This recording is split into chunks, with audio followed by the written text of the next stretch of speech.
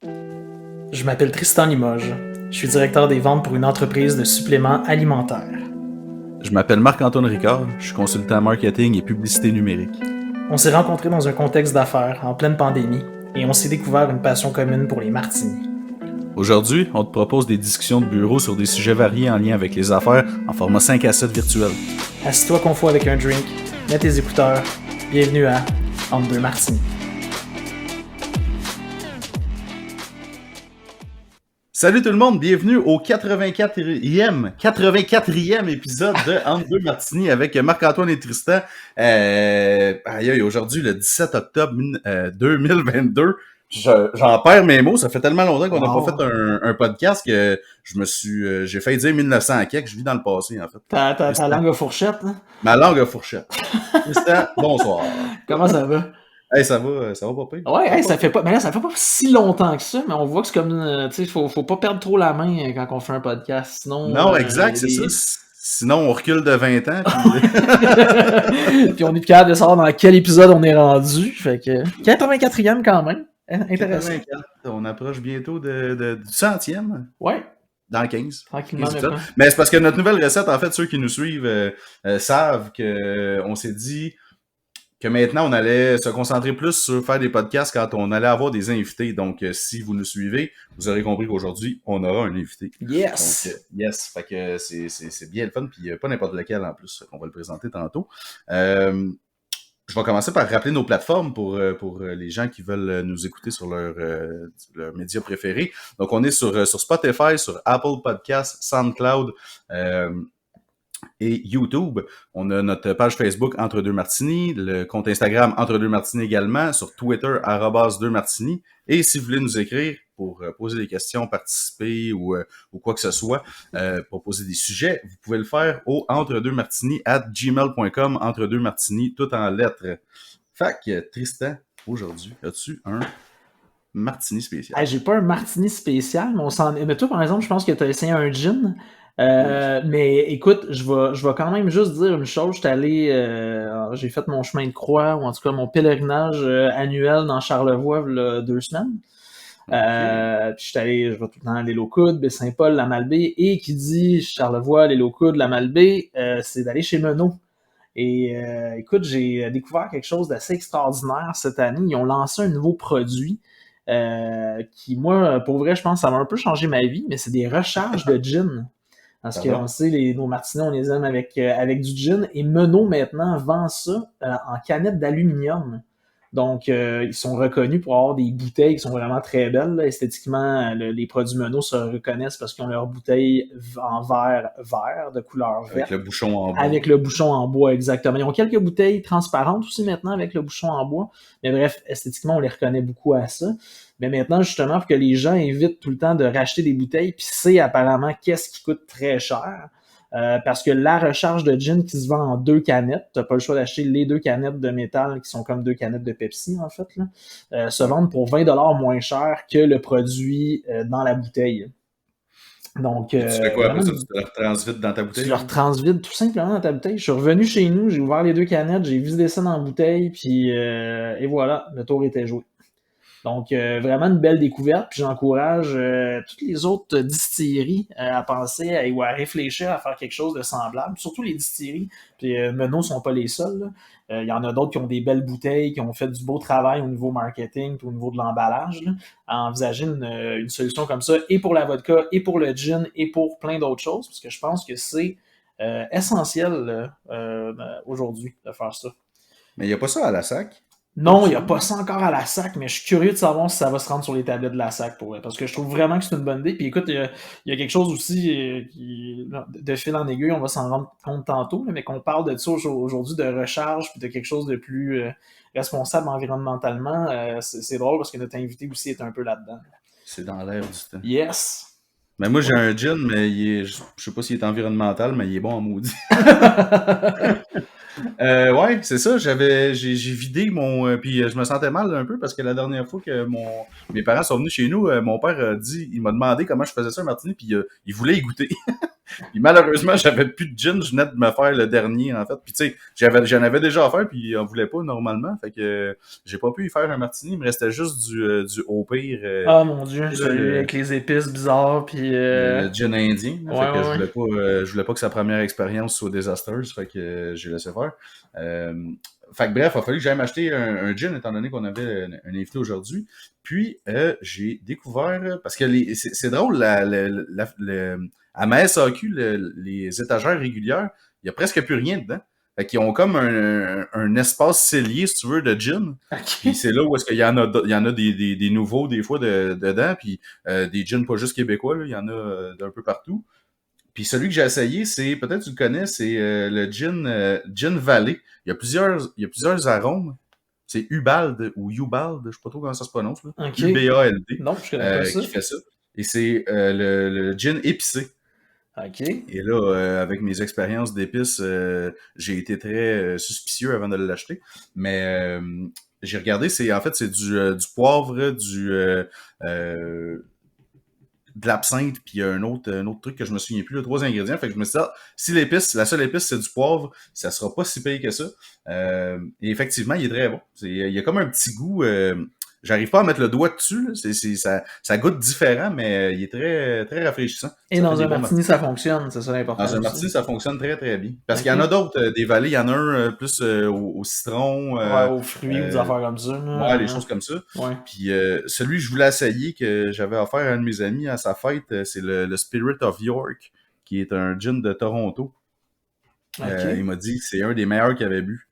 Fait que puis malheureusement, il l'avait plus quand je suis allé. Mais il y en a en ligne. Il y en a 108 en ligne. Ok. si jamais. Mais s'il y en a en ligne, c'est qu'il doit en avoir dans une succursale quelque part aussi où tu peux en trouver. Des fois, c'est juste de Ouais, à regarder. Montréal et tout, là, mais ça me Ah, tentait ok. pas d'aller revirer là pour C'est un un peu gin. compliqué. C'est un peu compliqué. Déjà sortir de la ville, moi, c'est un peu compliqué. Ouais. Sortir de ma propre ville. En tout cas, fait que bref, très très bon ce gin. Ok. Puis, c'est ça. Mais sinon, ouais, non, c'est ça. Sinon, la température, l'automne est arrivé bien en place et tout. Puis moi, je sais pas tous si ça te fait ça, mais moi, à tous les débuts d'automne, quand le temps rafraîchit, j'ai la peau qui pique. Ça me prendrait une petite crème ou un petit quelque chose là, de soins corporels qui pourrait peut-être m'aider avec ça. Oh wow, je me demandais où tu t'en allais avec tes skis encore, là. Je m'attendais pas à ça. Oui, fait que à défaut d'avoir une transition, tu nous as bâti une petite histoire pour nous amener le sujet posé. Rien de mieux. N'empêche que c'est vrai, tous les automnes et début d'hiver, j'ai quand ça va, avec le changement de température, j'ai la peau des bras qui pique. C'est Ouais. une belle tranche de vie que je vous fais. Ouais, c'est à cause de la température qui s'assèche, l'utilisation des calorifères en dedans, ça fait ça pour bien du monde. Là. Exactement. Alors, on a le meilleur invité pour parler de ça, je pense.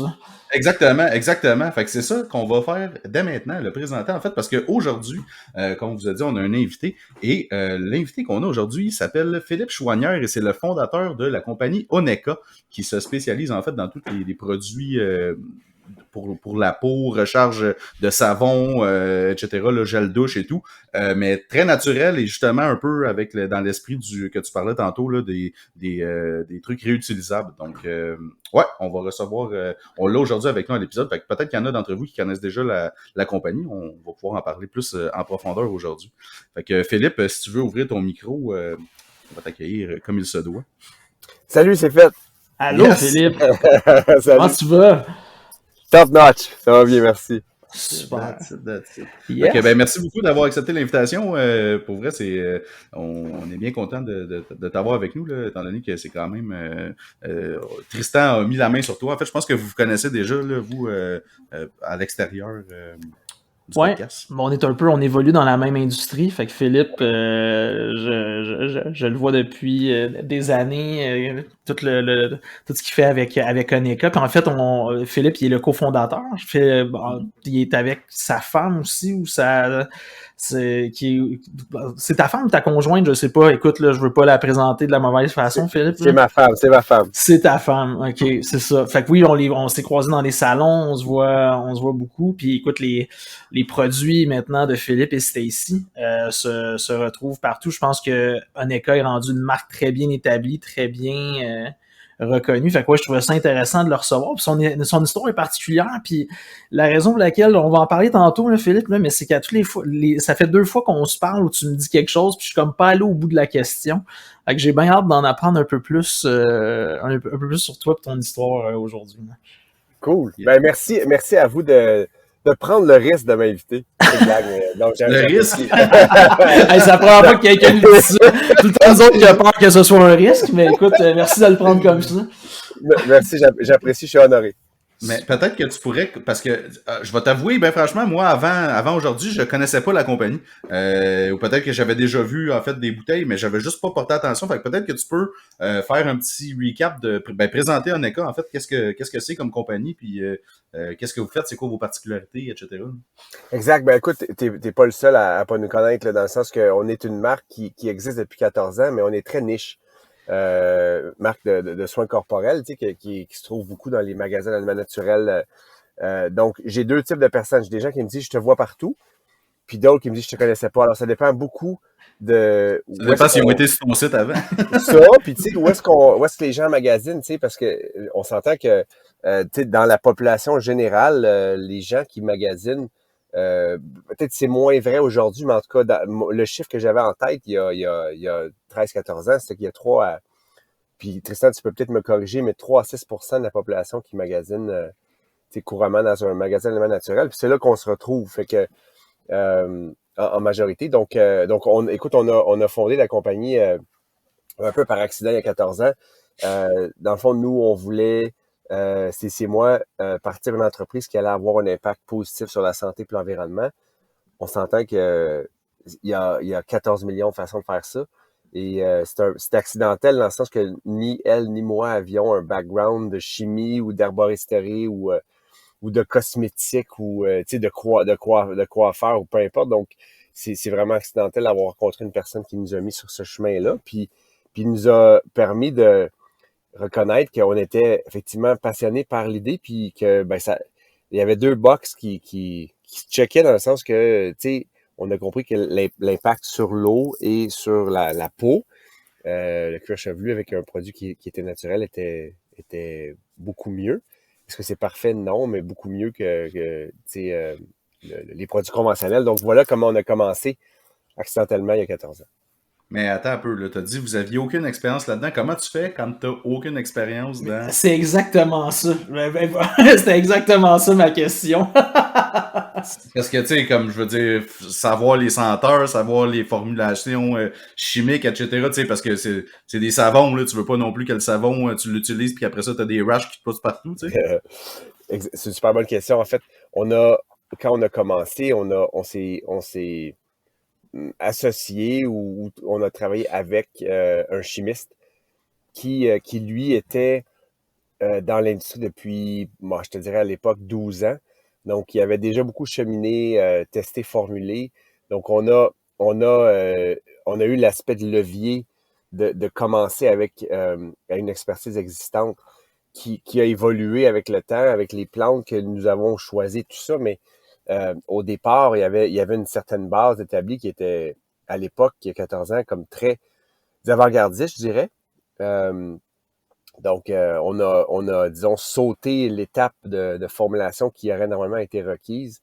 Puis, je te dirais, notre apprentissage au niveau marketing, au niveau commercialisation, au niveau distribution, ben ça, on l'a appris sur la dure dans le sens que, ben, on a fait essai-erreur, on a essayé de tout faire, on s'est ramené dans le milieu, tout faire étant on avait une gamme pour les animaux, une gamme pour les salons de coiffeurs, puis une gamme pour les magasins d'aliments naturels. Fait que, on s'entend que pour une mini-compagnie à 2 personnes qui veulent conquérir 3 marchés, ça va pas bien. Là. Fait que, Non.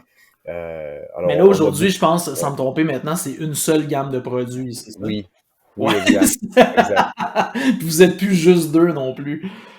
Non, mais tu sais, c'est sûr, on est quand même une petite équipe. Je pense qu'on est 13 ou 14.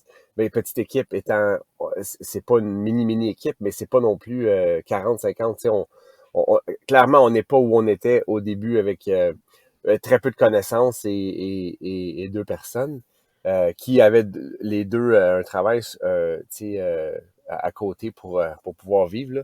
Donc, Donc, évidemment, on a cheminé, on est complètement ailleurs, mais il reste qu'on n'a pas perdu notre curiosité puis notre humilité dans le sens que, oui, on en sait plus, mais il y a encore plein de choses qu'on sait pas puis qu'on Tu veut trouves ça où, un améliorer. chimiste?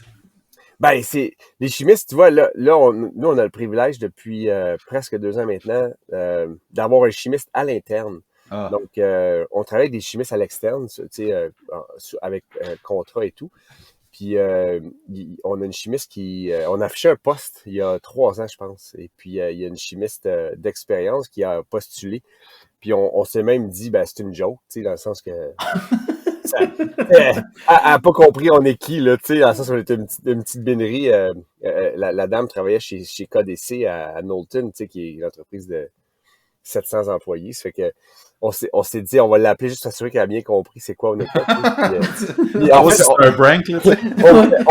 sérieusement, on voulait comme la décourager, tu sais, pour s'assurer que c'était vraiment, tu sais, qu'elle avait bien compris tout ça. Puis elle était vraiment prête dans sa vie, là, faire un changement de carrière. Fait qu'on, disons, on a été privilégiés qu'elle soit avec nous, profiter de ses expériences. Mais tu sais, c'est un chimiste cosmétique, c'est quand même assez spécialisé. Il y en a, là, on s'entend, là, c'est pas rare, mais tu sais, c'est moins peut-être courant que d'autres formes de chimie que je connais pas, là, mais tu sais, c'est une forme de chimie spécialisée, c'est sûr. Non, mais parce que moi, j'en ai d'autres, des clients qui sont dans le cosmétique aussi, puis tu sais, ils ont trouvé des... Fait que tu sais, dans le fond, en bout de ligne, si tu veux partir un produit, tu as juste besoin d'avoir l'idée de produit, tu trouves quelqu'un qui va te le faire comme tel, puis c'est ça, en gros. Oui, mais tu sais, oui, exact. Il y a des chimistes, il y a des boîtes de chimistes qui offrent leurs services de formulation, tu sais.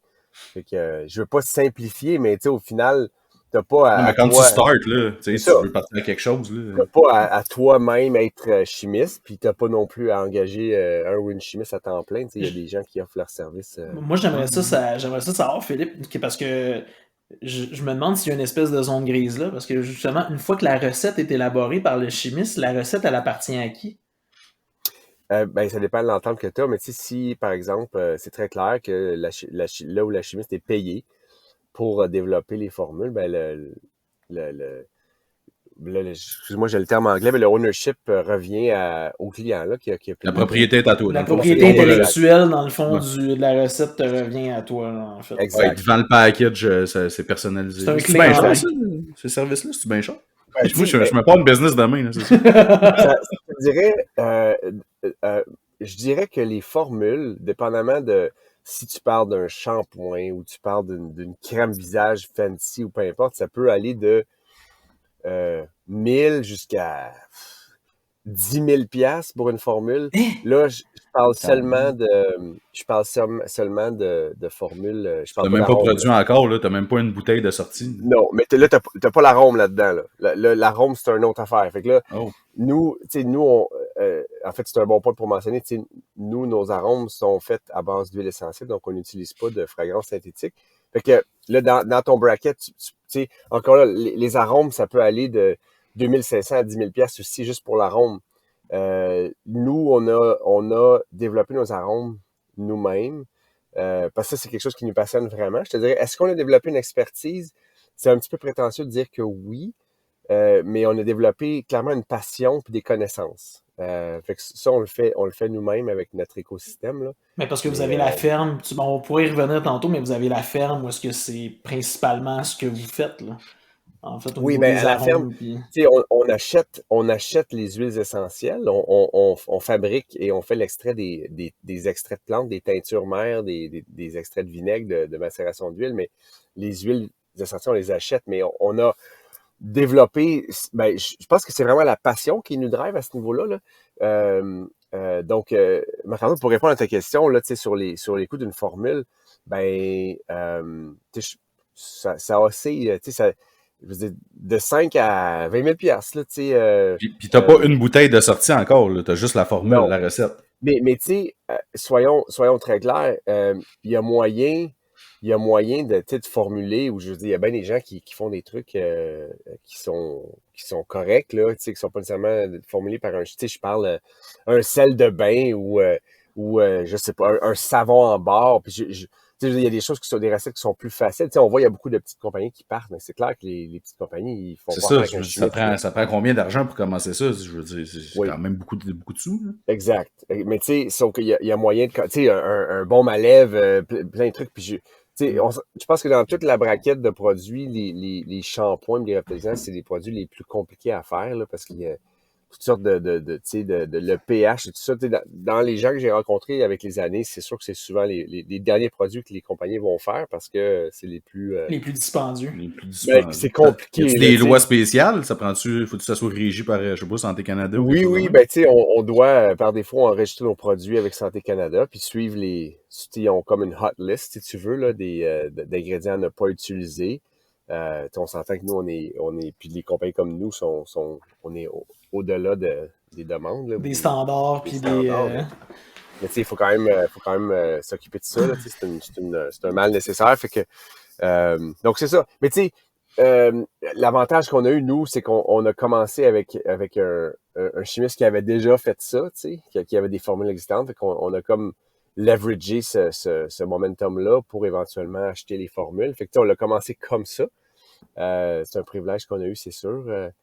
Euh, mais tu sais, c'était une chance qu'on n'avait pas à se casser la tête avec ça parce qu'on a tellement eu de défis ailleurs que ça, tu sais, ça serait rendu le projet. Je pense qu'on l'aurait peut-être même pas fait, tu sais, à avoir eu à développer des formules, tu sais, je veux dire, parce qu'au final, notre vision n'était pas de bâtir une compagnie de soins corporels. Notre vision était très générale, mais englobante de, tu sais, impacter la santé puis l'environnement. Fait que c'est sûr que, tu sais, on aurait trouvé d'autres choses, là, pour le faire. Tu sais, Mais écoute, il y a quelque chose puis tu sais, on va faire pause un peu justement que tu nous expliques parce que tu sais, tantôt t'as dit, puis je note plein d'affaires là, aussi, là, tu sais, Stacy avait un travail sur le site, toi t'avais un travail aussi pendant que vous développiez ça. Euh, oui. vous venez d'où? C'est quoi votre background aux deux? Puis c'est quoi l'accident pour que vous, tu sais, je veux dire, t'as appelé ça un accident tantôt. C'est quoi Ouais. l'accident pour que ce soit finalement ça qui se soit passé avec les backgrounds de votre expérience? Parce que moi, je sais un peu aussi ce que t'as fait là en Europe, là, tu peux peut-être l'expliquer, mais il y a tellement de choses qui sont comme pas bizarres, mais qui sont un peu off-chart dans tout ce qui vous a amené à développer une école. Oui, ben, background. Alors, Stacy, je pense que généralement, Stacy et moi, on vient de deux familles entrepreneuriales. Donc, l'entrepreneuriat, nous parle. C'est naturel pour nous. On connaît ça. On connaît ça sans être. Tu sais, quand on a commencé une école, on connaît l'entrepreneuriat parce que nos familles ont fait ça. Mais de là à dire que hey, c'est moi qui drive, je sais quoi faire, c'est une autre affaire. Mais c'est un geste. L'entrepreneuriat est un geste, est un mode de vie, un geste naturel pour nous. Fait que de s'imaginer partir une business, c'était comme un réflexe naturel. Euh, Stacy a grandi avec les chevaux, a compétitionné dans un niveau compétitif toute sa jeunesse. Elle a eu ce privilège-là. Elle a travaillé beaucoup avec l'entreprise familiale en Ontario. Eux, ils ont maintenant des bateaux remorques à Thunder Bay. Donc, ils gèrent un service de bateaux remorques. Fait que, tu sais, ils sont dans l'entrepreneuriat. Elle a grandi sur une ferme. Ses parents avaient des animaux à bœuf. Donc, je pense qu'ils ont eu quasiment 200 à un moment donné. Tu sais, alors, elle connaît le travail, elle connaît l'entrepreneuriat. Puis elle a découvert les États-Unis, est allée au Brésil pour les chevaux. Tu sais, alors, les chevaux l'ont sorti de chez elle, l'ont fait découvrir la vie, le monde. Moi, j'ai fait la même chose avec le hockey. Puis, on s'est rencontrés aux États-Unis quand je jouais au hockey avec son frère. Et puis après ça, on a continué ce chemin-là avec... quand j'ai rencontré, j'étais à Indianapolis, puis l'année d'après, on était au Texas. Et j'ai fini ma carrière en Europe, en fait, j'ai fait 2 ans en France, avec beaucoup de temps pour... puis la France était extrêmement enrichissante en termes de stimulation agricole, parce qu'au final, moi, j'ai grandi sur un verger de pommes ici, là, à Denham, près Lichburg, fait que j'étais à la recherche d'un modèle plus durable à mes yeux, à moi, de pommiculture. Fait que j'étais beaucoup intéressé par l'agriculture. Je faisais des cours sur l'agriculture bio et tout ça. Mais avec l'Université Laval à distance. Mais quand on était en Europe pour le hockey, on a eu beaucoup de temps pour aller visiter des vignobles, aller visiter des fermes, tu sais, on a été très stimulés en Europe. Fait que, puis on avait le temps de réfléchir, discuter. Fait que l'idée de l'entreprise a commencé vraiment en 2005-2006 en étant en Europe, puis avec les cours que je prenais, puis juste les conversations qu'on avait, tu sais. Donc, quand on est revenu, puis en réalité, je planifiais pas terminer, je planifiais retourner pour une autre saison, une dernière saison en fait, puis le contrat est jamais venu. Donc, puis tu sais, là, j'étais à la maison, à l'entraînement, en attente d'un contrat, puis je me prenais à rêver de voyager. Puis là, je me disais, hey, ça n'a pas rapport, je suis supposé de jouer au hockey. Tu sais, mon cœur était comme ailleurs. OK. Puis finalement, j'ai eu des offres pour aller aux États-Unis, mais j'étais plus là. J'étais comme, ça m'intéressait plus. Tu sais, l'Europe était tellement complète comme expérience. Tu sais, je voulais pas juste jouer au hockey, alors que les États-Unis, c'était beaucoup orienté sur le hockey. Tu sais, beaucoup de voyagements, beaucoup de matchs et tout ça, alors que l'Europe était très complète comme expérience. Aussi, expérience amoureuse avec Stacy, dans le sens qu'on avait, écoute, on se tapait des week-ends de découverte incroyables. Tu sais, fait que, longue histoire courte, j'ai comme du jour au lendemain réalisé que ma carrière était finie.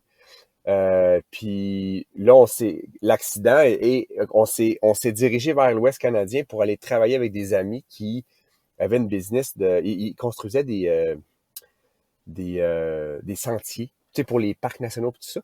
Fait que j'ai dit, hey, ben, je vais être avec vous autres. Puis tu sais, c'est comme l'aventure, la découverte. Fait qu'on est allé sur l'île de Vancouver. Puis c'est là qu'on a rencontré la personne qui nous a mis sur ce chemin-là. Donc c'est accidentel dans le sens que dans notre mire n'était pas de commencer une compagnie de cosmétiques. C'était vraiment, on était dans une période très curieuse, transitoire. Moi, dans ma vie, ça shakeait, là. J'étais en grosse transition identitaire, là. J'étais joueur de hockey toute ma vie. Tout le monde m'associait. Puis la saison, tu sais, là, du jour au lendemain, je tombe à rien. Fait que, tu sais, j'étais comme en période de vide, mais tu sais, souvent, c'est des périodes très riches en opportunités parce que, tu sais, t'attires toutes sortes d'affaires. Puis c'est ça qui est arrivé. Puis ça nous parlait beaucoup, tu sais. Même si on connaissait pas ça, puis c'était pas ça notre idée, mais ça nous parlait, ça semblait aligné avec l'essence très générale d'une entreprise qui allait avoir un impact positif sur la santé et l'environnement. Wow.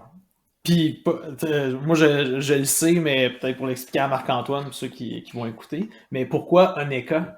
Le nom Oneka, puis... hein? Oui, ben super bonne question. On a passé je sais pas combien de temps à se questionner comment on allait appeler cette marque. Puis tu sais, on pensait à toutes sortes de noms de différentes origines. Puis ben on s'est dit, en Amérique du Nord, on est euh, sur les territoires des Premières Nations. Puis on a décidé on a cherché. Puis on est tombé sur le nom Oneka, qui veut dire l'eau en Mohawk. Donc, ni moi ni Stacy sommes Mohawk. On est sur un territoire Abénaki ici à Fredericksburg, mais très proche du territoire Mohawk. On trouvait que c'était une façon d'honorer le territoire sur lequel on est, puis même si on n'est pas sur Mohawk, mais sur un territoire des Premières Nations. Puis c'est un mot qui se dit bien en anglais, en français et en Mohawk. Donc voilà. Donc, puis l'eau, pourquoi l'eau? Mais en fait, c'est ça, c'est l'eau produit de soins personnels fait majoritairement d'eau. On se met sur le corps qui est majoritairement d'eau, qui retourne dans l'eau, dans la douche. Donc, tu sais, l'eau est très centrale dans la conscience ou disons la mission de l'entreprise. Puis, alors, c'est une façon pour nous d'honorer ou de se rappeler l'importance de la protection de l'eau qui est vraiment le sang de la terre, là. Donc voilà le choix. Très cool. Puis, J'ai une question, moi. On a fait un épisode ça fait longtemps quand même, dans nos débuts. On parlait de partir en affaires avec famille, amis, etc., conjoint. Je veux juste savoir, toi, partir avec ta conjointe, ta femme, etc., c'est-tu un défi plus que de partir avec quelqu'un d'autre, mettons, qui a le même intérêt que toi? Comment ça fonctionne? Est-ce que vous avez une super bonne entente ou des fois c'est so-so? Je pense que nous, on est vraiment parfait, on chicane jamais. Ça va bien? C'est vraiment bien. wow! Ouais.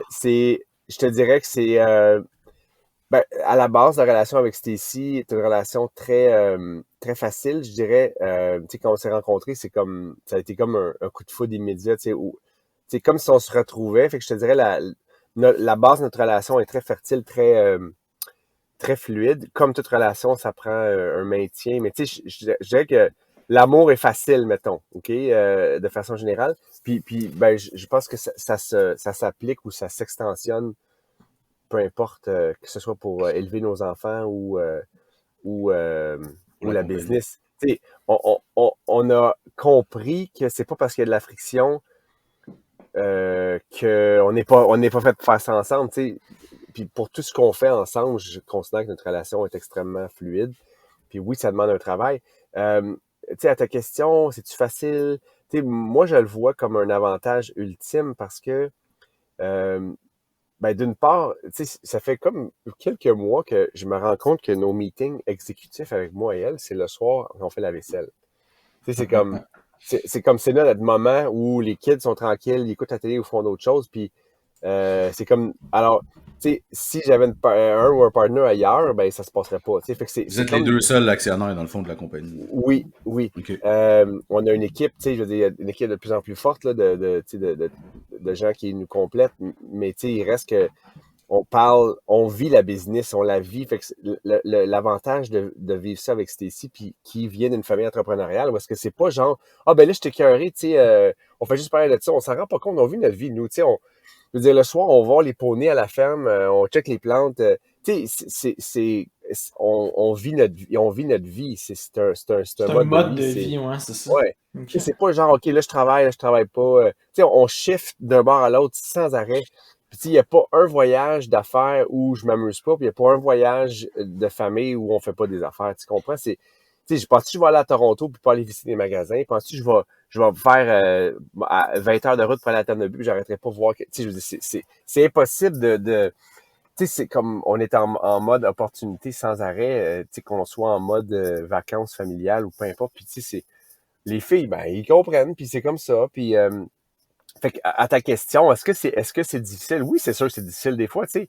On a comme pas, on peut pas se cacher, là. Je veux dire, admettons que ça brasse un peu à la maison, ben peut-être que moi, je partirais travailler toute la journée, puis c'était ici, puis on se reverrait le soir, ben, là, on se voit toute la journée, tu sais. Fait que, on n'a pas de luxe, tu sais, de laisser des choses bâtir ou de pas adresser une tension ou une, parce qu'on n'a pas, on n'est pas d'accord tout le temps, on est très différents, là. Tu sais, on est très, très différents, puis c'est pas bon ou mal, mais tu sais, on n'est pas d'accord sur tout, on n'est pas d'accord sur tout au même moment, on a chacun nos rythmes, on a nos façons de s'exprimer, de l'idée la compagnie, fait que, mais au final, pour moi, c'est un ultime avantage. Puis c'est drôle parce que j'avais rencontré dans une conférence le cofondateur d'une compagnie américaine qui s'appelle The Container Store, puis il est quand même une grosse business, là. Je pense qu'ils sont à la bourse même.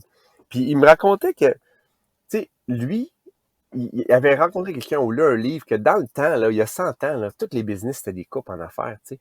Puis on a comme perdu ça, ou en tout cas, quand je dis perdu ça, pas qu'il y en a plus, mais c'est moins commun, mais peut-être qu'il y a une réémergence. Mais quelle, quelle forme de résilience pour moi d'être en affaires avec tu sais, ton amoureux, ton amoureuse, tu sais, parce que c'est un avantage, là, ultimement, là, t'es beaucoup ensemble, t'es complémentaires, tu sais, t'es dédié, puis c'est sûr que ça prend une passion. Par contre, si t'es pas passionné, tu vas trouver le temps long en baptême, c'est certain. Tu sais, Non, c'est ça comme, c'est clair.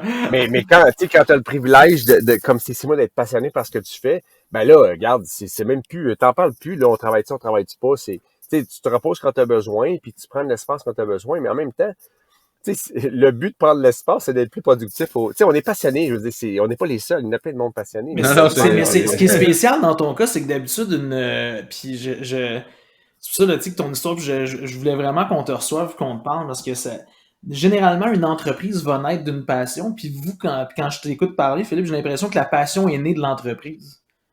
ben, je te dirais, je suis d'accord. Oui, alors la passion pour les arômes, la passion pour des produits naturels performants, oui. Ça, c'est toutes des choses qu'on a découvert, qu'on a appris à, à découvrir, à ressentir la passion et la drive de créer des nouveaux produits, puis tu sais, de bâtir une entreprise avec des valeurs durables, tout ça. Tu sais, on a découvert ça. C'est sûr que la business nous enseigne tellement. Mais la passion pour la vie, la passion pour la santé, pour l'environnement, parce que tout ça est véhiculé à travers Oneka, tu sais, depuis le début, tu sais. Donc, oui, la business nous a dévoilé, nous a, disons, inspiré, fait découvrir plein de choses, plein de passions à l'intérieur. Mais, tu sais, je te dirais, les grandes lignes ont toujours été enlignées. Tu sais, je pense qu'on est des gens passionnés à la base. Fait que c'est sûr que, tu sais, j'ai pas de limite à être passionné, là, dans le sens que, tu sais, on peut toujours découvrir puis, tu sais, ressentir plus d'énergie, mais ça a été je pense qu'à date, l'arme la plus importante dans le succès ou la survie d'Oneka, parce que on a eu plusieurs années avec beaucoup de défis, mais qui étaient de notre faute, dans le fond. On connaissait rien, on faisait plein d'erreurs, tout ça, mais sans avoir eu la passion, on n'aurait jamais toffé. Puis surtout, je reviens à la question, sans avoir été ensemble, on n'aurait pas toffé. Parce que là, tu sais, moi, je suis passé tout seul aussi, c'est passé tout seul. Puis là, à un moment donné, c'est comme, ben là, Chris, ça fait 8 ans, là, ça va-tu décoller ton affaire? Je suis comme écœuré. Moi, là, tu sais, je dis n'importe quoi, mais tu vas-tu contribuer à un moment donné, là, tu sais? Fait que là, on était les deux dans le même bateau. Fait que les deux, on travaillait à l'extérieur pour facilement 4-5 ans. C'était ça, travailler à l'extérieur jusqu'à, je pense, 8 ans dans la business, là. Fait que, tu sais, l'avantage d'avoir fait ensemble, c'est qu'on comprend, c'était notre truc, on était engagés les deux, puis alors, moi, j'y crois beaucoup à l'entrepreneuriat familial. Puis, tu sais, je vais encore plus loin. On vient de faire un lancement la semaine passée d'un produit, un traitement pour cheveux à base de vinaigre de cidre qui connecte à 40 ans d'histoire familiale. Mes parents sont pomiculteurs. Mon frère, maintenant, fait du cidre fermier, bio. Fait que, tu sais, je prends le recul, puis je suis comme, dans le fond, c'est aussi un transfert familial. C'est la roue qui tourne, dans le fond, ce qui continue. Oui, à notre façon, à nos couleurs, mais tu sais, je veux dire, dans un sens, on a repris une partie des fermes familiales, tu sais, puis on l'a exprimé à notre façon, mais tu sais, fait qu'encore là, tu vas me dire, ben, comment c'est de travailler avec tes parents? Je travaille pas avec mes parents directement, j'ai travaillé avec mes parents jusqu'à l'âge de 27 ans, 28 ans, j'ai fait mon bout, mais tu sais, même avec les tensions, ça a toujours été, puis Stécie, c'est la même chose, là, à travailler avec ses parents jusqu'à l'âge de quasiment 28 ans, là, tu sais, fait qu'on a les deux cet esprit familial-là, entrepreneurial, tu sais, naturellement. Qui est plus fort C'est cool que vous soyez sur la même longueur d'onde. Tu sais, je t'ai posé la question parce que moi, dans le fond, dans mes 2 dernières expériences, c'était des couples, dans le fond, qui étaient à la tête d'entreprise. À la dernière agence à laquelle j'ai travaillé, c'était un couple qui était là, puis tu sais, c'était pas comme tu le décris. Mettons qu'il y avait beaucoup de tu sais, je veux pas embarquer là-dedans, mais mettons, c'était pas ça. Puis moi, quand je suis parti de là, je me suis associé avec un couple aussi. Puis là où tu sais, eux probablement que les choses vont bien de leur côté parce que la relation est comme tu viens de le décrire, mais moi j'étais comme le third wheel qui avait pas rapport là-dedans, dans le sens que tu sais, comme tu as dit, vous prenez des décisions en faisant la vaisselle, tu sais, moi je pouvais pas être là à faire la vaisselle avec eux 24 heures sur 24, tu sais, fait que t'arrivais à la fin puis t'étais comme ben là les décisions sont déjà prises, j'ai pas grand apport à amener là-dedans. C'est pour ça que je te demandais, tu sais, est-ce que c'est facile, est-ce que vous êtes souvent sur la même longueur d'onde ou ces choses-là? Mais tu sais, par rapport à ça, tu vois, on a le commentaire souvent de l'équipe que on est dur à suivre. Tu sais, dans le sens que, tu sais, nous, on a la ferme qui est une compagnie séparée, on a Oneka qui est une compagnie de distribution. Puis là, ben des fois, on réfléchit à la ferme, mais tu sais, on passe d'un à l'autre sans tu sais, c'est pas structuré, là, c'est fluide, c'est spontané. Fait que là, à un moment donné, c'est que bon, ben là, vous êtes rendu où? Tu sais, fait que, tu sais, on essaie de bâtir une équipe, fait qu'évidemment, on décide pas tout. Mais tu sais, au niveau de la direction, de la vision, tu sais, nos meetings sont, comme tu disais, faisant la vaisselle, en voyage, peu importe, tu sais, où on est inspiré, tout ça. Ça fait que là, on travaille là-dessus. Là. Tu me fais penser à ce que tu décrivais, toi, de dire, ben là, c'est quoi mon apport, tu sais, mais d'être plus inclusif ou plus avec les gens mieux autour, communiquer. Ouais, d'être du leadership positif, inclusif avec l'équipe et tout ça. Puis... Mais tu parles de vision, puis parlons-en de la vision, tu sais, écoute, c'est pas mon domaine exclusivement, tu sais, c'est pas mon field of knowledge, tout le côté des cosmétiques, les soins pour la peau, les soins pour le corps. Mais il y a une chose que je sais, par exemple, c'est que c'est un domaine puis une industrie qui est hautement compétitive. Comment on part une compagnie, Philippe, comme Oneka, il y a 14 ans, dans un milieu ultra compétitif, avec quelque chose qui est plutôt de niche, là, parce que justement, dans la façon dont vous vouliez faire les produits, dans votre approche, c'était novateur. En tout cas, c'était un peu différent. Comment qu'on passe puis on se rend à 1000 points de vente en Amérique du Nord 14 ans plus tard? Hein? Un gros accident. Un autre gros accident? Non, mais en fait, je dis ça dans le sens que, très honnêtement, on commence à avoir une vision différente de l'entrepreneuriat dans le sens que on se sent moins patient, donc on veut plus clarifier à l'avance. Mais je te dirais, les 12, 13 premières années, ça a été des années... Notre style à nous, Stacy et moi, est un style très spontané. Puis notre équipe aurait un smile en face jusqu'à Aux oreilles. en me disant ça parce qu'ils savent que c'est vrai. On est spontané, on est passionné. Tu sais, là, on essaie d'équilibrer notre spontanéité avec plus de structure pour que l'équipe soit mieux. Mais je te dirais, la vision originale était tellement générale, tellement large qu'elle s'est peaufinée avec les années, puis elle continue à se peaufiner. Tu sais, mettons, il y a 10 ans, tu dis, bon, c'est quoi ta vision? Je te dirais, j'aurais pas menti ce que je te dirais aujourd'hui, mais j'aurais pas su. Tu sais, on n'est pas des gens qui se sont assis puis à passer un an à faire un plan d'affaires. On a parti la business, on a itéré. Tu as construit l'avion en vol, maintenant. Oui. Puis tu sais, on a beaucoup appris. Puis est-ce que je conseille aux gens de faire ça? Ben oui et non, ça dépend des personnalités, mais tu sais, je Non, il referais faut le que tu te même... lances un moment donné, parce que si tu Oui. fais juste analyser des affaires puis tout le temps, puis d'attendre que tout soit parfait, tu lanceras jamais, ce sera jamais parfait. Non, mais en même temps, on a fait fuck all. On s'est jamais assis. Tu comprends? Fait que c'est sûr qu'il y a un équilibre là-dedans. Tu sais, on a structuré, organisé au fur et à mesure, mais tu sais, en termes de vision, puis je suis sûr qu'il y a des experts qui seraient pas d'accord avec notre façon, qui dit qu'on ultimement on n'est pas optimal parce qu'on a perdu du temps, parce que l'équipe savait pas trop c'est quoi qu'ils supportait.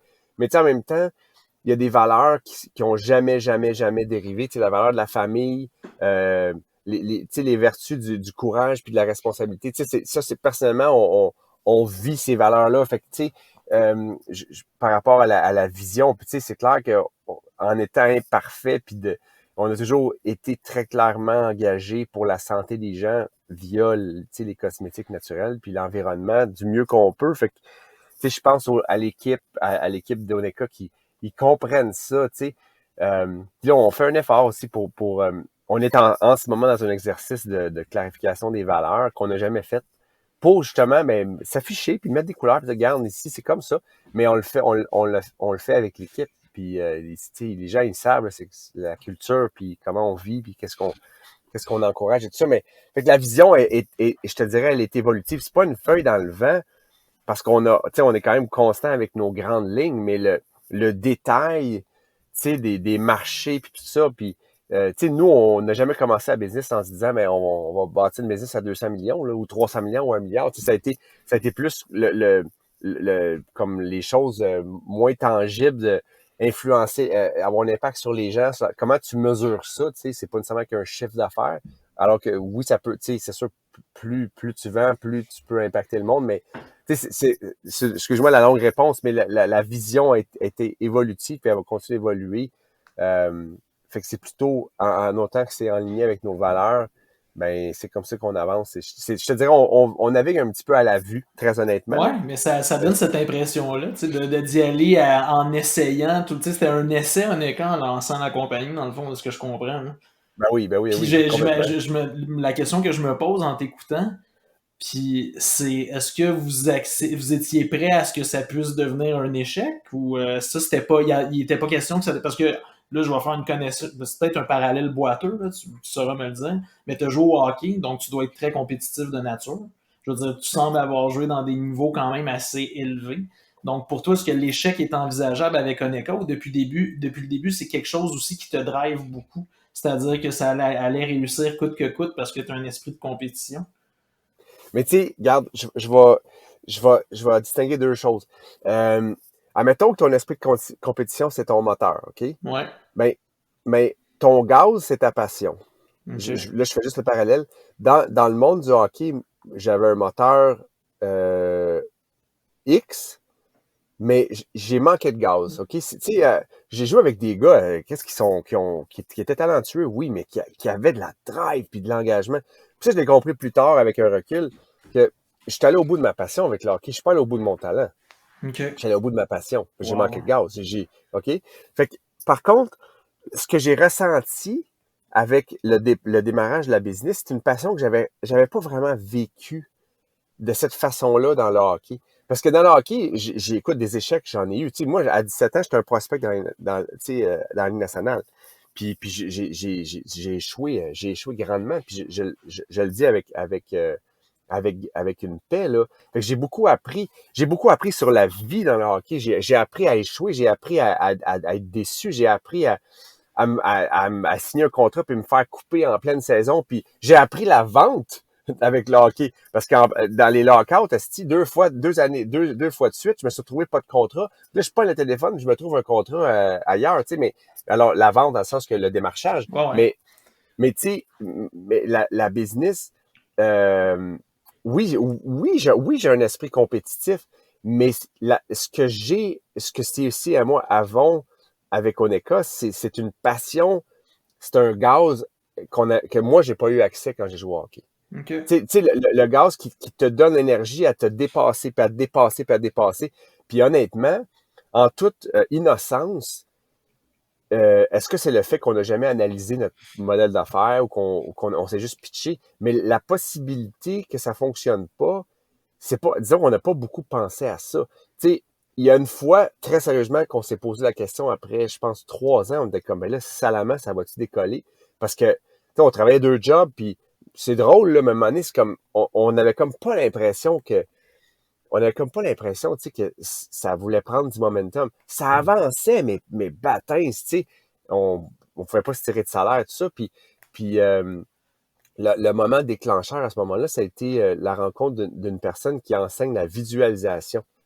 Puis ça nous a comme vraiment forcé à reconnaître c'est quoi les pensées qu'on avait, tu sais, comme l'énergie qu'on émettait. Là, je suis un peu failli à mes affaires, mais tu sais, qu'on est devenu... Attends, je veux le nom de cette personne-là. c'est devenu un ami. Son nom, c'est John Coble, puis son programme s'appelle 4 Weeks for Freedom. Mais lui, dans Oneka, lui, son cours, sa formation a tellement été fondamentale. Tristan, tu me poses la question, est-ce qu'un échec a déjà été une possibilité? Ben, on n'est pas parti en se posant cette question-là, mais après 3 ans, on s'est dit, ben là, c'est soit que ça décolle ou on va se trouver une job ailleurs, une bonne job, tu sais, genre, parce que là, tu sais, on avait emprunté, on avait hypothéqué à la maison, là, on était comme, ben là, il faut que ça décolle, tu sais.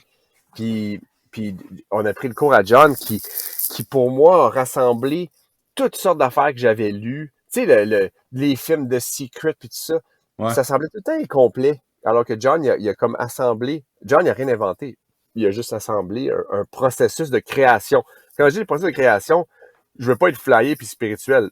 C'est la vie. Qu'on y croit ou qu'on ne croit pas, on crée notre vie avec nos pensées et nos émotions. Ben là, on a pris conscience de ça, puis on a comme, je te dis concrètement, au lieu de courir après l'argent, ben là, on a commencé à shifter ça, à être plus magnétique, tu sais, tu sais, John, un mindset, là, c'est une question un mindset. Ça fait que, puis ça tu sais, c'est comme ça qu'on a acheté la bâtisse au village, c'est comme ça qu'on a acheté la ferme. Quand je dis comme ça, c'est avec ce processus-là de création consciente. Consciente étant, cette émotion-là, je veux l'avoir, puis on a une pratique quotidienne qu'on pratique depuis 2011, puis ça a été game changer, puis on n'est pas des maîtres de ça, on n'est pas parfait, mais c'est une pratique avec clairement porté fruit. Puis là, tu parles de passion, là. Mais quand je jouais au hockey, là, je savais ce qu'il fallait que je fasse. Je savais qu'il fallait que j'aille m'entraîner. J'y allais, mais j'y allais, tu sais, through the motion. Mais j'avais pas la drive, j'avais pas la passion, le chien que ça prenait pour... Tu sais, au final, ta saison, tu prépares l'été, là. Puis oui, dans la saison... mais tu sais, alors que là, j'ai comme cette drive, cette passion-là de réussite, mais pas une réussite... pas une réussite que genre je veux qu'on dise que wow, vous avez réussi, mais plutôt tu veux pas que ça plante, là. Tu veux te rendre au bout de ce que tu as comme ça. Tu vas aller au bout de cette passion-là, justement, mais t'en as pas à peu près. En fait, ce que je comprends, c'est que tu faisais ton analogie du moteur puis de la tank à essence tantôt. Le gaz étant la passion, le moteur étant ton talent. Puis tu sais, j'ai l'impression que là, avec Oneka, c'est que vous avez une espèce de réserve infinie de passion puis de gaz, même si le moteur, c'est peut-être pas le plus performant, mais vous pouvez faire un Christy de bout de chemin parce que vous avez du gaz dans la tank. Là. Je suis tellement d'accord. En fait, je le dirais comme ça, tu sais, puis Puis la passion, c'est un gaz renouvelé dans le sens que tu peux pas inventer ça, tu peux pas faker ça. C'est pas mental. Ça vient du cœur, ça vient du trip, ça vient du corps entier. Parce que tu y passes tout le temps. Mais je trouve ça drôle. Comme je trouve ça cool que tu parles de ça parce qu'on en a souvent parlé, nous, dans d'autres épisodes, des business de passion ou des business du monde qui font ce qu'ils font comme entreprise parce que c'est ce qu'ils savent faire, puis t'as du monde qui sont passionnés puis qui veulent absolument que leur passion devienne une business. Mais pour moi, je me dis le danger avec ça, c'est que si c'est une business de passion, c'est si jamais ça fonctionne pas, vas-tu être capable de dire ben je fais un trait sur ma passion parce que ça a pas fonctionné, mettons.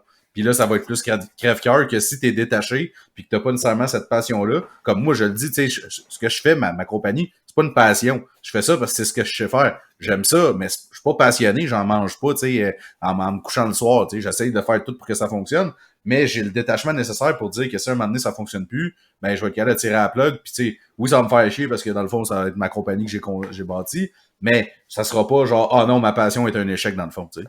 Fait que c'est pour ça que t'as l'air de dire, tu sais, c'est vraiment une game de passion, puis etc. Je trouve ça cool comme point de vue. Mais il y a une espèce d'équilibre, je pense. Puis je pense que l'équilibre, tu sais, justement, par rapport aux conversations qu'on a eues avant, puis mettons, qu'est-ce que Philippe dit aujourd'hui, j'ai l'impression que c'est un peu c'est deux choses qui s'alimentent tout le temps, c'est-à-dire une business de passion puis une passion pour ta business.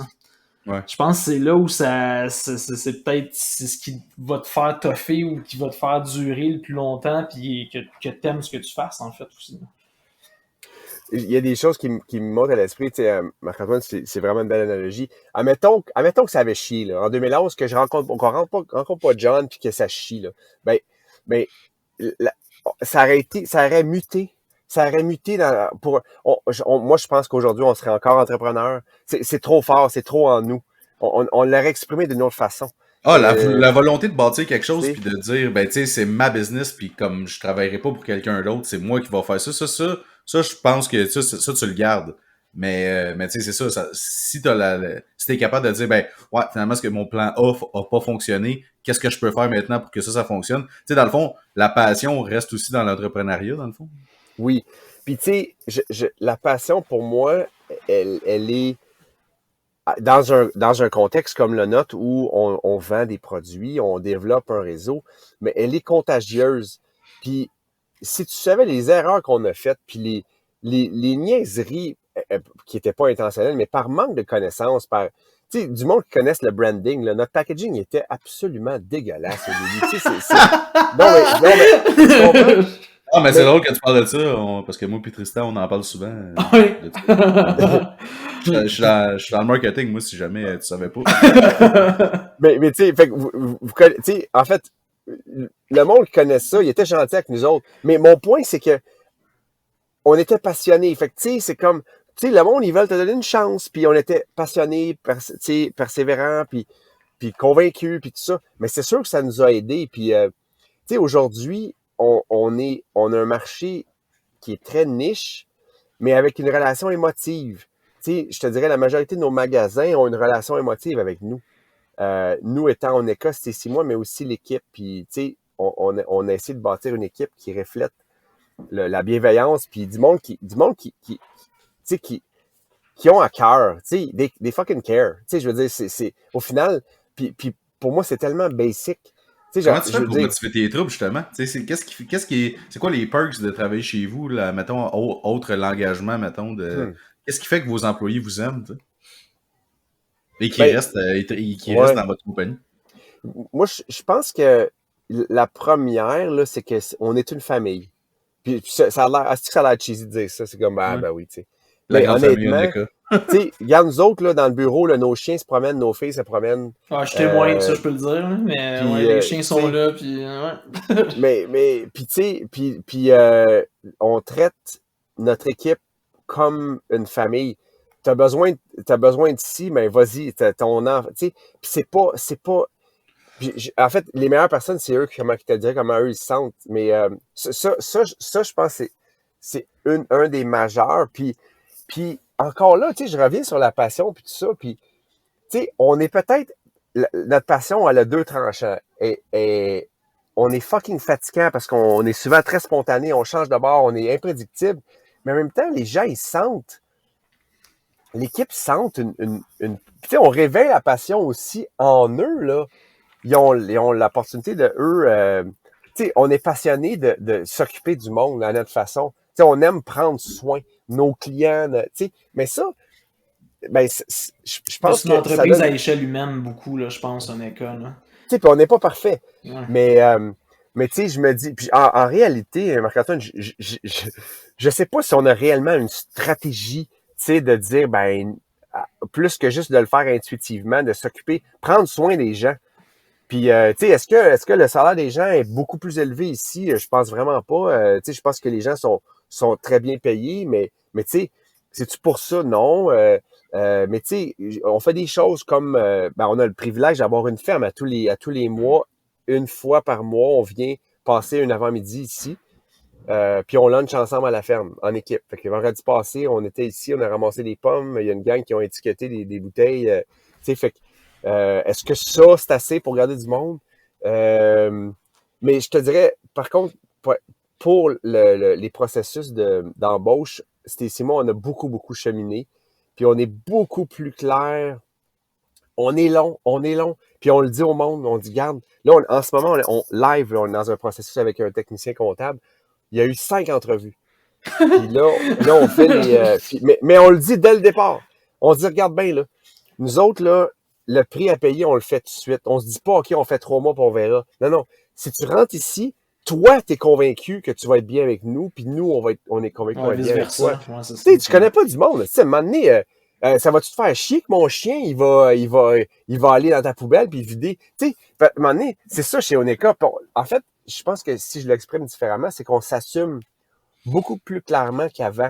On veut pas que quelqu'un arrive et qu'il y ait une surprise. Tu sais, comme, ben voyons donc, c'est quoi ça? Qu'est-ce que son kid, il m'a piqué, c'est mon crayon. Non, mais tu sais, c'est niaiseux, là. Mais pour du monde, ça pourrait les Ah, révolter. c'est Mais, la fin du monde là, pour certaines fait que, tu sais, personnes. si t'es pas bien avec une entreprise familiale, alors, longue histoire courte, tu sais, je pense que je reviens à la base. Là, on est plus clair dans nos processus d'embauche, puis Tu les gens qui qualifies tes viennent, employés vraiment à fond pour être sûr oui, que la bonne personne est à la bonne place, dans le puis fond. eux, ils nous qualifient, on leur donne l'opportunité. Chris, pose-moi tes questions. Moi, Ah ouais. alors, c'est drôle parce on met beaucoup plus d'emphase là-dessus depuis, je te dirais, 2 ou 3 ans. Parce qu'on a fait plein d'erreurs, là. Tu sais, du monde, ils sont comme, ah, ils sont pas bien. Puis là, je suis comme, man, c'est pas fair de le garder ici. Il est pas fait pour être ici, là, tu sais. Fait que, en fait, je te parle de stratégie, c'est pas vrai qu'on n'a pas de stratégie. Notre stratégie d'embauche est beaucoup plus claire, c'est se dévoiler totalement puis dire, regarde, voici qui on est, puis si Transparente t'aimes ça, complètement. Puis, ben oui, mais je pense aussi, écoute, je fais une analyse peut-être boboche, mais tu sais, je pense que la transparence chez Oneka, c'est quelque chose qui est tu sais, fondamental à tout point de vue. Tu sais, je prends juste vos bouteilles sont transparentes. Tu sais, tu ouais. parles de tes processus d'embauche, vous êtes transparent, vous êtes B Corp. Là, on pourra peut-être parler un petit peu tantôt de B Corp juste pour que les gens comprennent, mais tu sais, il y a une grande transparence pour être dans avoir une certification comme celle-là. Je pense que c'est comme tu dis, tu sais, j'ai l'impression que c'est juste d'être complètement authentique 100% du temps, tout le temps. Ben, écoute, est-ce qu'on est parfait là-dedans? C'est sûr que non. Puis on s'assume à 100%. Mais c'est sûr que c'est une intention, tu sais, de vivre de bienveillance, tu sais, qui passe par la transparence. Mais, tu sais, alors, c'est clair qu'on n'est pas parfait, mais en même temps, on a comme moins de patience, là. On a comme pas le luxe de pas être transparent. Parce que, au final, ça te rattrape, tu sais. Ouais, mais tu m'as pas dit ça. Ben, alors, il y a un prix à payer. Pour moi, la transparence, c'est un prix à payer. C'est pas facile, là. C'est pas genre, ça va de soi, c'est la chose à faire, mais c'est pas le chemin de moindre effort, là. Sauf qu'à long terme, ça paye en crise. Ça, je suis convaincu. Hmm. Puis on assume, et on le dit tellement souvent, on est tellement pas parfait, puis on le sait. Puis je trouve que juste de nommer ça, ça fait en sorte que c'est comme, garde, là, tu sais, regarde, on est des humains, là, puis on a une intention, mais qu'est-ce, on fait des erreurs, aussi, puis c'est comme, c'est ça. Mais tu parles beaucoup d'erreurs. Ça me fait rire de le parce que je pense que c'est à peu près 25 fois que tu nous dis on a fait des erreurs, on s'est pété à la gueule, on sait. C'est quoi les plus. Mettons, les erreurs les plus. Je vais dire le mot payant, là, mais c'est parce Des que. apprentissages Ouais, c'est ça plus. que j'allais dire. Je vais dire des J'essaie de dire une apprentissages. erreur payante, mais dans le sens justement, tu sais, mettons, les deux, trois erreurs qui ont été les plus positives en termes d'enseignement, justement, là, tu sais, là, Ouais. d'apprentissage. Ben, tu sais, si on mesure par la positivité d'une erreur, ça veut dire que sur le coup, elle fessé en baptême. Ouais, c'est ça. Parce que si elle n'a pas fessé, c'est pas vrai que c'est payant. Ouais. Mais je te dirais, bon, moi, mon erreur numéro 1, que je t'avoue que j'ai pas mal amélioré, c'est de faire des rencontres stratégiques sans Stacy. OK? Donc, j'ai des fois fait une entente avec une entente d'opportunité d'affaires sans Stacy, puis l'entente a chié solide. Puis, un exemple, OK? On signe un contrat pour une affaire d'hôtel, puis on reste pogné avec 250 000 barres de savon. OK? Mais si Stacy avait été là, elle aurait sniffé le monde. Donc, dans notre dynamique de couple, de ne pas avoir impliqué Stacy dans un processus décisionnel où elle aurait pu contribuer avec son intuition, son ressenti, dire « Hey, sais-tu quoi, j'ai pas un bon feeling. » C'est arrivé 2 fois. Fait que ça c'est... Puis à des conséquences, tu sais, on parle de plusieurs milliers de dollars de conséquences. Fait que ça a été un, tu sais. Puis pour moi, faire une erreur une fois, c'est correct, mais faire la même erreur 2 fois, ça, c'est pas correct. Ça manque de sagesse, là. Puis c'est vraiment ce qu'on essaie de faire. C'est comme Einstein qui dit. Ouais, c'est l'imbécilité, c'est de refaire la même affaire à toutes les fois. En pensant que les choses vont changer. Ouais. Puis c'est vraiment ça qui me vient. Mais tu sais, je parle des erreurs, c'est surtout peut-être on n'a pas toujours été très stratégique. Tu sais, on fait des choses spontanées, puis on met bien d'énergie derrière, puis là, on fait comment? Ben là, on vient de prendre 3 mois à faire ça, puis en réalité, c'est complètement inutile. Fait que ce qu'on a développé comme réflexe, lancer des affaires, faire des choses pas validées par le marché. Là, on est beaucoup plus sensible et curieux à savoir, hey, cette idée-là, ça a-tu du sens pour vous autres? Parce que dans le fond, c'est pour toi que je le fais, le magasin. Fait que si tu me dis que c'est pas intéressant, je passerai pas 6 mois à développer ça. Puis, fait que on a développé réaliser le coût, le coût et l'énergie nécessaire à, par exemple, lancer un produit ou faire quelque chose comme ça. Fait que assurons-nous que c'est pertinent, assurons-nous que ça a du sens, versus faire des affaires dans notre bureau tout seul, à pas en parler à personne, puis là, on fait un gros lancement, puis le monde, c'est comme, hey, ça n'a tellement pas rapport à votre affaire, là. T'sais? Fait que de garder l'erreur de ne pas être assez curieux, okay. de pas communiquer assez ou de questionner ou de valider une idée. Là, tu vois, on a plus le luxe de faire des niaiseries de même. Tu sais, je dis que c'est une erreur, mais tu sais, quand tu lances un produit et tu n'as pas validé ou tu as changé le packaging sans parler à personne, mais là, le marché, lui, il réagit. C'est comme, what? C'est non, mais lettre, ça, ou, tu sais. Fait que pour moi, ça, c'est une erreur.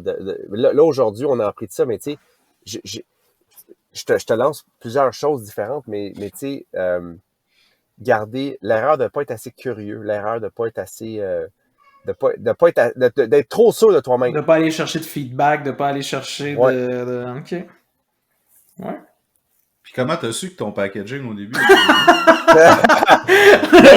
Là, écoute ça, là, nous autres, là, on pense qu'on est vraiment cool là, parce que là, on a une bouteille avec une étiquette non laminée. Fait que, parce que ça sort du plastique. Puis, ça veut dire que dans la douche, ben, ton étiquette, l'encre, elle coule. Ouais. Fait que là, il y a un acheteur d'un magasin. Mais tu sais, on est cool, là, disons, mais on n'est pas allé jusqu'au bout de notre idée, tu sais. Fait que là, à un moment donné, il y a un acheteur du magasin qui dit, ben là, écoute, dude, tu viens de scraper ma sacoche, ton oncle a tout taché ma sacoche. Je suis comme, oh, ouais, ok. Fait que, ben, premièrement, ça, c'est une affaire technique, mais nos étiquettes étaient juste lettres, c'est comme... Tu le savais ou c'est quelqu'un qui te l'a dit? Ben, on se l'est fait dire. Puis, en fait, il y a un ami que Tristan, tu connais peut-être, Julian Giacomelli. Oui, mais qui a aidé à Rise puis bien d'autres entreprises. Exact. Là, ouais. Puis, c'est devenu un ami avec les années. Puis, à un moment donné, il était venu passer un week-end chez nous. Puis, tu sais, il nous a assis bien tranquille. Puis, comme, bon, ben, les amis, tu sais, est-ce que vous avez l'intention de grandir votre business? Ben, ah oui, on aimerait bien ça. Il dit, écoute, je vais vous donner un conseil d'amis, là. Il dit, si vous voulez grandir votre business, vous devez absolument changer votre packaging. là, on était comme, OK, ouais. Puis là, on a comme compris que packaging is part of the product. Tu sais, nous, on était exact. Hey, j'aime ça. Tristan prend des notes. Mais oui, mais là, moi, j'inquiète pas, je suis tout au courant de ça. Mais tu sais, on se disait, ah, ben, c'est pas grave, hein, on s'est du bon produit là-dedans, mais tu sais.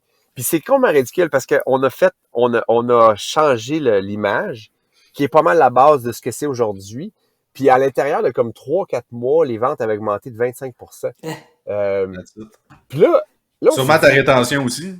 oui. Puis là, on s'est dit, c'est donc bien niaiseux, man. C'est la même affaire. Tu sais, je trouve ça con dans un sens, mais notre société fonctionne de même au niveau consommation. Tu sais, c'est beau, ça a l'air bon, mais ça va être bon. Mais au final, c'est la même crise d'affaires qui est dedans, sauf qu'il est juste mieux packagé. Fait que, Ben, anyway, c'est comme tu as dit, c'est une partie du produit. Tu sais, Ouais. c'est ça. si tu Une reçois partie ton inhérente, produit, là. mettons, tu reçois tes trucs dans un enveloppe Puro, mettons, puis tu le sais pas, puis tu sais, il n'y a pas de rien avec, ben ça se peut que, mettons, si tu connaissais pas la compagnie avant de ton premier achat, ça se peut que, mettons, tu désenchantes un peu, surtout si tu as plein de marketing autour de ta compagnie qui vendent tes produits, etc. Puis là, tu reçois le produit, puis c'est un peu décevant, ça se peut que tu recommandes pas, tu sais. Fait qu'en changeant Exact. ça, c'est sûr que tu as scalé ta business juste avec ça, puis je sais pas si ça a coûté super cher, mais je pense pas que tu regrettes ton move. Là. Non, c'était un move, c'est Mireille Dufour, en fait, qui avait fait ça pour nous, qui avait aussi travaillé pour Rise à l'époque, puis tu sais, ça a changé notre business complètement. Coût-bénéfice incroyable, là, tu sais, mais tu sais, c'était à un tel point qu'il y a des gens, écoute, à ce moment-là, tu faisais déjà 5 ans qu'on était sur le marché, puis il y a des gens qui disaient, ah, ben, une nouvelle marque. Puis là, je suis comme, mais tu me niaises, man. Tu sais, c'est comme, non, mais alors, à tel point que, tu sais, on avait dit, mais c'est ça, c'était un processus. Tu sais, on parle d'erreur. Est-ce que c'était une erreur? Mais peut-être que l'erreur qu'on a faite, c'est de ne pas avoir été assez curieux dès le départ pour comprendre que le packaging était important. Mais, tu sais, c'est-tu une erreur? C'est-tu un cheminement? Je sais pas comment on peut le Ah, dire, Ouais, mais mais tu tu vas sais. en faire c'est d'autres, part tu of sais, the process aussi. Hein. c'est ça, Ouais, c'est pas une course, c'est un marathon, là. Fait que, tu sais, exact. tu vas en faire d'autres, puis tu vas apprendre d'autres affaires, puis tu sais, Ouais. ça sera jamais parfait. Non, ça Ça c'est existe pas clair. une compagnie parfaite, là. Non. Moi, Surtout. je m'en voudrais, Philippe, si je te posais pas la question, parce que, tu sais, je pense qu'il y a il y a un volet, il y a une dimension au niveau de la préoccupation environnementale qui est quand même assez forte chez Honeka. Mais quelqu'un qui va regarder, mettons, tes produits après avoir écouté le podcast aujourd'hui, il va voir que toutes tes bouteilles sont en plastique. Oui. Tu peux-tu nous expliquer un peu votre approche par rapport à l'environnement, expliquer B Corp, expliquer qu'est-ce que vous faites justement qui est, moi que je trouve, tu sais, je veux dire, je sais qu'est-ce que vous faites qui se distingue de tous les autres joueurs de l'industrie, tout ça, mais juste nous en parler un peu plus, puis comment ça se traduit dans votre quotidien, dans votre façon de gérer l'entreprise. Exact. Fait que depuis le début, en fait, on a du packaging en plastique. Depuis le début, on offre des solutions de vrac dans le but de réduire notre consommation de plastique, puis aussi offrir l'option aux consommateurs de réduire leur consommation. Puis ultimement, je pense que c'est important de mentionner que le vrai héros dans tout ça, c'est pas Honeka, c'est le consommateur qui fait le geste.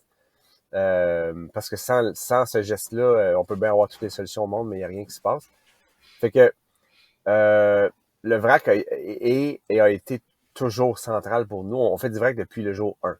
Fait que aujourd'hui, on doit avoir pas loin de 300 points de vente en Amérique du Nord où c'est possible d'aller remplir un produit Honeka. Fait que ça, c'est une grosse partie de la solution, la réduction du packaging via le remplissage.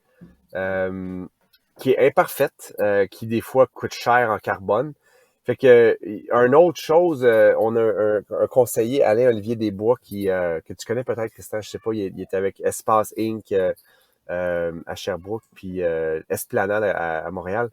Et on discutait avec lui, puis là, je dis, l'impact. Puis il dit, ben, comment tu fais pour mesurer ton impact, toi, man? Puis je suis comme, ben, je sais pas. Fait que, il dit, ben là, regarde, il dit, tu serais vraiment dû pour faire une analyse de cycle de vie. Fait que ça, je pense que ça date de 2017 ou un truc comme ça. Fait qu'on a commencé à faire une analyse de cycle de vie. Ça, ce que ça fait, en fait, c'est qu'on mesure le carbone. On mesure nos émissions de carbone avec nos activités. Puis ça nous permet d'identifier des opportunités de De réduction. réduction. Puis tu sais, ce move-là, ça a-tu bien de l'allure? Tu sais, mettons, reprendre mes 20 litres du magasin, ça a-tu bien de l'allure, ça, au niveau du carbone, ou c'est ridicule? Puis tu vois, on a établi qu'à l'intérieur d'un certain rayon, ça valait pas la peine. Oui, je chauffe du plastique, mais je défonce mes émissions de carbone. Alors, c'est-tu vraiment utile? Aujourd'hui, on ship des sacs de 10 litres pour re-remplir les contenants dans les magasins. Fait que quand le sac de 10 litres il est vide, ben, je peux le collapser dans une enveloppe, puis il prend 0 place, alors que le 20 litres rigide, quand il est vide, je ship de l'air. Tu sais. Longue histoire courte. Fait que ce qui guide nos décisions, c'est l'analyse de cycle de vie. On travaille avec une compagnie qui s'appelle Ageco à Montréal, qui sont très connaissants, puis ils nous conseillent dans des gestes, des moves à faire.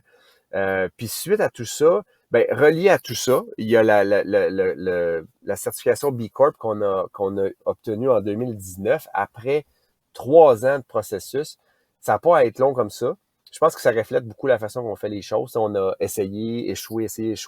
Puis la 3e shot, on s'est dit, OK, là, ça y est, là. Tu vois, au niveau des politiques de ressources humaines, on était extrêmement faibles. Fait que B Corp, pour moi, c'est une réflexion de la cohésion d'une entreprise. Alors, est-ce que, je vais donner un exemple bien niaiseux. La ferme peut être certifiée bio. Donc, les certificateurs viennent checker mes intrants, la terre, le si, les plantes, les semences. Je peux payer mon monde 2 piastres de l'heure, ce qui n'a aucun sens. Mais je ne perds pas ma certification parce que c'est pas ça qu'ils viennent checker. Ils checkent le sol, ils checkent les intrants. Tu peux pas être B Corp et faire ça. Pour moi, tu peux pas être B Corp et avoir des incohérences. Ça veut pas dire que tu es parfait. Mais pour moi, incohérence, qu'est-ce que ça veut dire? Alors, B Corp check ton interaction avec tes clients, avec tes fournisseurs, avec ta communauté, ton interaction avec l'environnement. C'est quoi les gestes que tu fais? Tout ton supply chain. Puis tu sais, par rapport à ça, on a eu l'inspiration au-delà de travailler dans le vrac puis réduire le plastique, de compenser à 150% notre consommation actuelle de plastique. Parce que même si on sauve beaucoup, beaucoup de plastique, il reste que en 2021, j'ai pas le chiffre 2022, mais 2021, on a consommé 14 tonnes de plastique. C'est du plastique en bassin. C'est énorme. Hein? Wow. Mais là, puis là, on n'est pas une grosse compagnie. Puis quand je dis une grosse compagnie, c'est que, je veux dire, on n'est plus une petite binerie, mais on n'est pas attitude, on n'est pas, j'essaie de trouver des comparatifs, on s'entend qu'on n'est pas L'Oréal. Attitude, c'est le premier qui me venait en tête. Là. Oui. Donc, mon point est que pour une petite compagnie comme nous qui consommons 14 tonnes de plastique, là, on s'est dit, ça n'a pas de sens, cette affaire-là. Fait que là, ça, c'est après avoir sauvé, après avoir tout déduit ce qu'on a sauvé en plastique, là. Fait que, donc, là, on s'est dit, regarde, on fait quelque chose, on prend responsabilité. C'est pas parfait. Fait que là, depuis 2021, on compense chaque bouteille. En réalité, on a ramené ça à la bouteille, là. Chaque bouteille retire ou prévient que 3 bouteilles de plastique entrent dans l'océan. Puis ça, ils appellent ça du ocean-bound plastic dans des pays comme Bali, Indonésie, Haïti. Ben, le plastique, c'est comme garoché partout. Ça se retrouve sur le bord des rivières, sur le bord de la mer, puis éventuellement, ça s'en va dans l'océan. Fait que l'organisme avec qui on travaille, qui s'appelle Plastic Bank, finance, ou disons, finance des locaux qui vont collecter du plastique, donc prévenir la pollution de plastique dans l'océan. Fait qu'ultimement, si on ramène ça à Oneka, ben, ce que ça veut dire, c'est que chaque fois que quelqu'un achète une bouteille, ils préviennent le plastique océanique avec un ratio de 1 bouteille pour 3 bouteilles. Donc nous, on dédie un budget à ça pour faire en sorte que à la fin de l'année, on a retiré plus de plastique de l'écosystème qu'on avait produit. Wow. Puis l'autre affaire que je veux buster comme illusion, là, mais c'est recyclable. Check bien, là. La réalité, là, puis ça, là, je mets ma main dans le feu, là, c'est que ça fait un bout là, qu'on creuse, puis qu'on creuse, puis qu'on creuse. Puis le chiffre qui revient sans arrêt, c'est que le bac bleu de recyclage, là, il y a 9 à 10% de ce qui est là-dedans qui va se faire rester. Le reste, c'est un détour pour le dépotoir. Fait que nous, là, l'affaire de mais c'est recyclable, c'est une illusion, puis c'est une façon de faire consommer les gens en plus. Là. C'est pas. Tu sais, je pète la bulle peut-être à du monde en ce moment, mais ça là-dessus, je suis convaincu de ce que j'avance. Fait que pourquoi je dis ça? Parce que le plastique qu'on consomme, on assume que 90%, il s'en va au dépotoir. Fait que moi, je me dis, on veut compenser. Fait que c'est un acte imparfait, mais alors, ultimement, je me répète, mais le héros dans toute cette histoire-là, c'est pas Oneka, c'est le consommateur qui active un achat, qui remplit sa bouteille ou qui achètent une bouteille de coca qui compense. En fait, le vrac, qui fait deux choses. Tu réduis ta bouteille, puis tu actives aussi la collecte ou la prévention de 3 Tu fais bouteilles. un choix sensé avec ça, là, en fait. C'est là. ça. Ouais. Puis même chose avec le carbone. Ça, on en parle moins parce que maintenant, ça fait comme beaucoup de choses à communiquer. On communique beaucoup la partie plastique, là. Mais le carbone, ça fait, je pense, c'est la 4e année en ligne où on offset 2 fois. Fait que si on a émis, par exemple, 300 tonnes de carbone, ben on va financer Le retrait de 600. le retrait de 600 à travers un organisme québécois qui s'appelle Arbre Évolution. Ouais. Et l'autre, On connaît bien ça. Taken Roots. Ouais. Ouais. Fait qu'on fait un hybride parce que si on faisait juste au Québec, ça coûterait une fortune. Ça a comme pas de sens. Parce qu'en Amérique du Sud, les arbres poussent à l'année. Fait que c'est beaucoup plus efficace. Chaque dollar a beaucoup plus de portée en termes de séquestration de carbone. Par contre, on veut l'équilibrer. On veut pas juste faire l'Amérique du Sud. Fait qu'on fait Arbre Évolution. Puis Arbre Évolution, ce qui est vraiment cool, c'est qu'ils plantent des arbres, mais aussi de façon stratégique pour protéger les berges. Donc, ça protège l'eau en séquestrant du carbone. Donc, ça, c'est hyper intéressant. Là. Fait que, c'est ça. Très cool. Très Wow! Cool. Très, très cool. Hey, ça a passé. J'ai rien vu passer. Non, déjà 1h15. Wow. Hey, mais attends, on a fait une entorse. On a fait une entorse, Philippe, à notre modus operandi. D'habitude, nos invités, il faut qu'ils nous disent aussi une recette de leur cocktail préféré. On a complètement oublié ça. Ah, d'habitude, on fait ça au début, mais pour lancer la discussion. Moi dans une question, puis j'ai oublié ça. Fait que, go. Ben, juste pour honorer, je bois très peu. J'ai comme un petit peu une intolérance à l'alcool, fait que j'ai pas, mettons, un grand répertoire à vous offrir. Mais par contre, ce que j'apprécie de temps à autre, c'est, puis c'est vraiment pas fancy ou sophistiqué comme recette, mais c'est un gin avec du kombucha. J'ai pas un ratio en tête, je suis très intuitif dans la façon que je cuisine, je prépare mes affaires, là. Mais gin, kombucha, ça fait la job. Oui, ça fait la job. Ben, c'est la première personne qui nous en parle, mais oui, effectivement, ça fait la job. Puis, avec quel kombucha tu le fais? Mettons ta saveur préférée de kombucha, j'ai envie de dire. Hein? Je te dirais, ma saveur préférée, c'est le chlorophylle et menthe de Rise, parce que c'est un des premiers sur le marché qui est sorti, puis j'ai, comme toujours, stické là-dessus. Fait que c'est mon préféré, là, je te dirais. Puis j'aime beaucoup le kombucha de Gutsy, qui est un ami Pierre-Riche. Là. Ouais. Mais donc, fait que je te dirais, c'est souvent Rise qui tombe chez nous parce qu'il est disponible chez Tradition. Notre petite épicerie là, de village à Fredericksburg.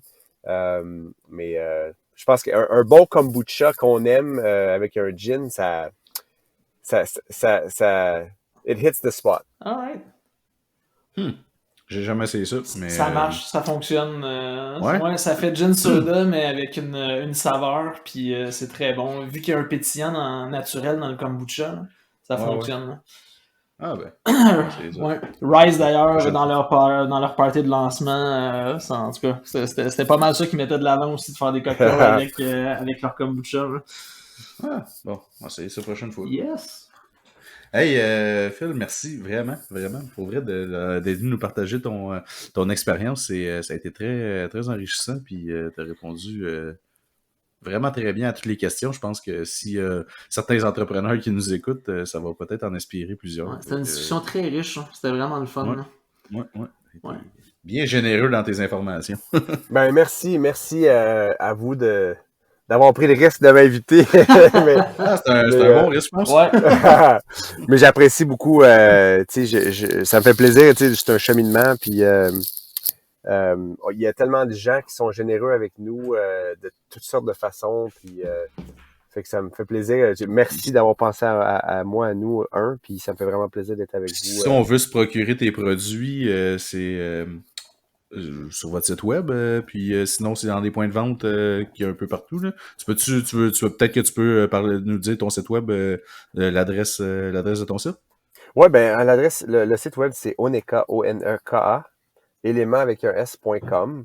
Donc, les produits sont disponibles là. Puis on a, comme je disais tantôt, on a beaucoup on encourage les gens à aller dans des magasins de vrac, de remplissage pour soit re-remplir leur bouteille originale de Oneka ou utiliser un contenant qu'ils ont déjà. Là, l'idée, c'est pas de vendre des bouteilles, c'est d'offrir un produit sans plastique qui sent très bon et qui fonctionne. Donc, fait que sur le site web, c'est possible d'acheter, mais c'est aussi possible de voir tous les points de vente là, en entrant son code postal. Donc, c'est probablement la meilleure porte d'entrée. Là.